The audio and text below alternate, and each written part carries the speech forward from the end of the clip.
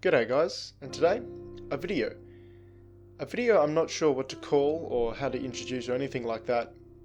And so rather than waste a lot of time thinking about how I'm going to present it, I'm just going to start talking, reading from my notes and seeing where it takes me. This process of speaking, making this video may end up being very much like a thinking process, thinking out loud and that sort of thing. So what I want to share with you today is an analogy for values that I came up with just about a week ago whilst I was actually driving to work. I think it was something that had been turning over my mind for a little bit, but it seemed to all come very concretely together into a very solid analogy, and I love analogies, so I obviously recorded this, and I want to share it all with you all today, and perhaps you can give me some feedback on this, and maybe it'll be of value to you. That would be funny. So, spurned on from a recent event in my life, I was thinking about values, and obviously everyone's got values, as I've explained previously on the channel in another video. Valuelessness is a self-defeating principle, and you can look up the video I've made on that to find out why. I won't waste time in this video here. So everyone's got values, and I was thinking about how to represent them in a way that's more easy to digest, because obviously when we think of values such as truth and honesty and we try to define what these things are, it's very difficult. Some of the most fundamental questions of philosophy have been questions such as what is truth and that sort of thing. So what I came up with is this idea that within your mind or heart or soul, depending on how you define an area that exists sort of within yourself, there exists a series of temples dedicated to the things that you value. Now straight away, it's very interesting that I've used the term temple, because a temple is a building usually reserved for obviously religious or spiritual practices, and it involves such things as prayer and sacrifice. So it's very interesting that I thought to associate values with obviously prayer and sacrifice, and straight away we can think about obviously prayer in the more theological sense is obviously appealing to some sort of deity, but if you're secular like me, prayer might be something like a synonym, synonymous with aspiration and that sort of thing. And obviously values require sacrifice, because if you're going to value one thing, you're valuing it over another, so you're sacrificing or valuing another thing and any associated benefits that could come from that for the purpose of valuing this other thing. So that's pretty interesting how my mind was sort of drawn to that. And also temples are considered to be somewhat a house for a deity. And obviously me being secular, I've instead decided to house a value within a temple. And it's very interesting that I've decided to associate, being a secular person, I've decided to use a word that's so theological. So that's pretty interesting straight away. Now it's also interesting that I create and sort of house my values or my metaphorical representations of my values in a physical place, because obviously you can take people around and show them this physical space. Again, metaphorically speaking, just like how you can bring someone into your house to, look at how you've done the place up, you can also bring other people into your temples to marvel at the workmanship of your temples. Obviously, you want to be very proud, you want to show them off, and you can show people obviously all the effort you put into creating these temples and maintaining these temples, and how much you value these temple of values. It sort of goes in a circle there. Now I said that you cannot literally bring peoples into these temples because, unless you want to get into some metaphysics or some spiritual beliefs, they're not literal places that you can physically travel to, so obviously you can't bring people there. But if we're thinking metaphorically, we can bring people into our temple of values through our speech. Through our speech we can demonstrate to people just how much we value something. We can use our words to sort of express how we feel on the inside, in our body, mind, soul, again, whichever term you want to use. And I think that's interesting because obviously if you never speak and you never espouse what your values are, people are never going to know what they are, or at least it'll be very difficult. So I think it's interesting that I've chose to associate speech with values, because obviously we can never espouse our values unless we speak about them. No one will ever know the form of your temples if you never speak. Now, based on the context of what I've been going to, my thoughts on temples immediately turn to their destruction.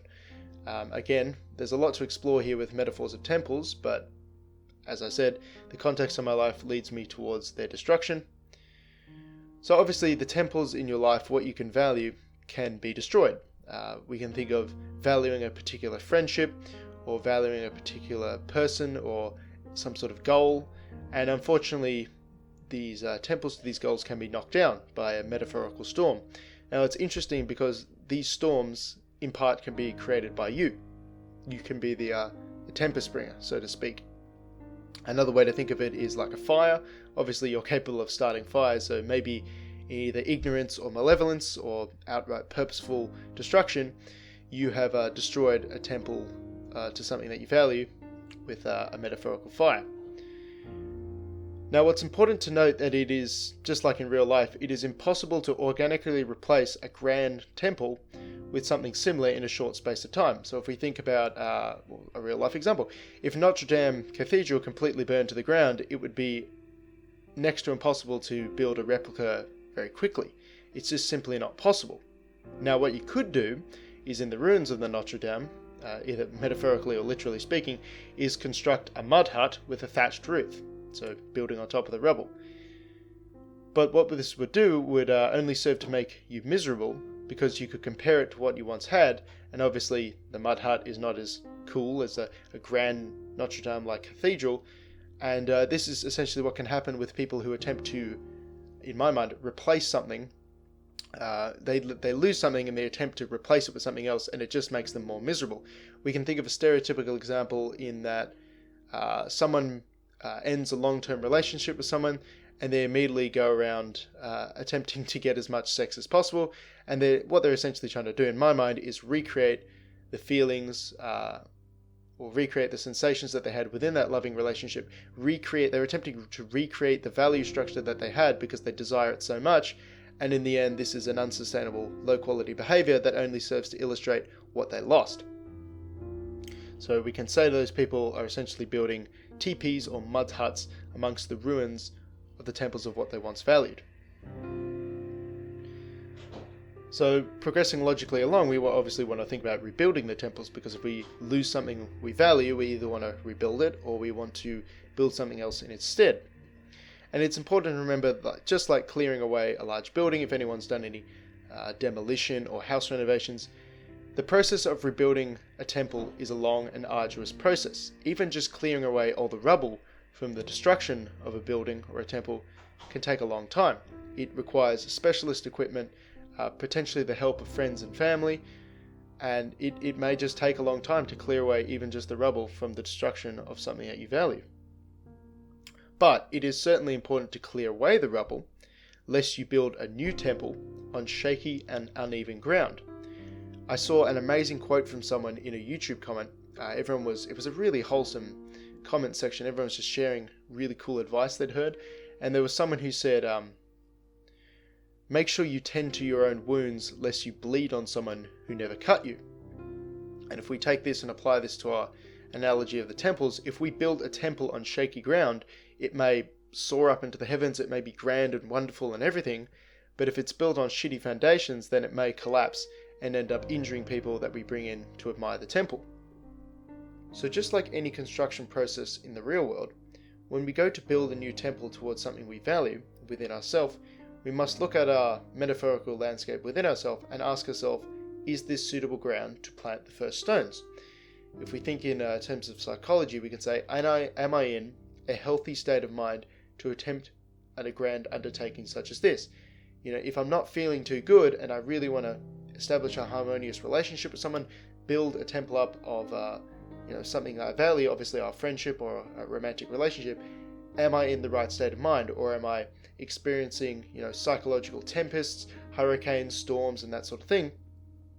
Because in the real world, you're not going to build an oil rig in the middle of an oil rig out in the ocean, I should say, out in the middle of winter, because obviously there's storms and there's tsunamis and crazy shit, and there's just not enough sunlight, and there's a multitude of reasons that they don't build oil platforms in the winter. They build them during the summer when there's lots of sun, the seas are calm, and it's much easier to do what needs to be done. Because obviously if you attempt to build something in unfavorable conditions, it might take you 2 times, 3 times as long to do it, and you're probably not going to end up with a quality product.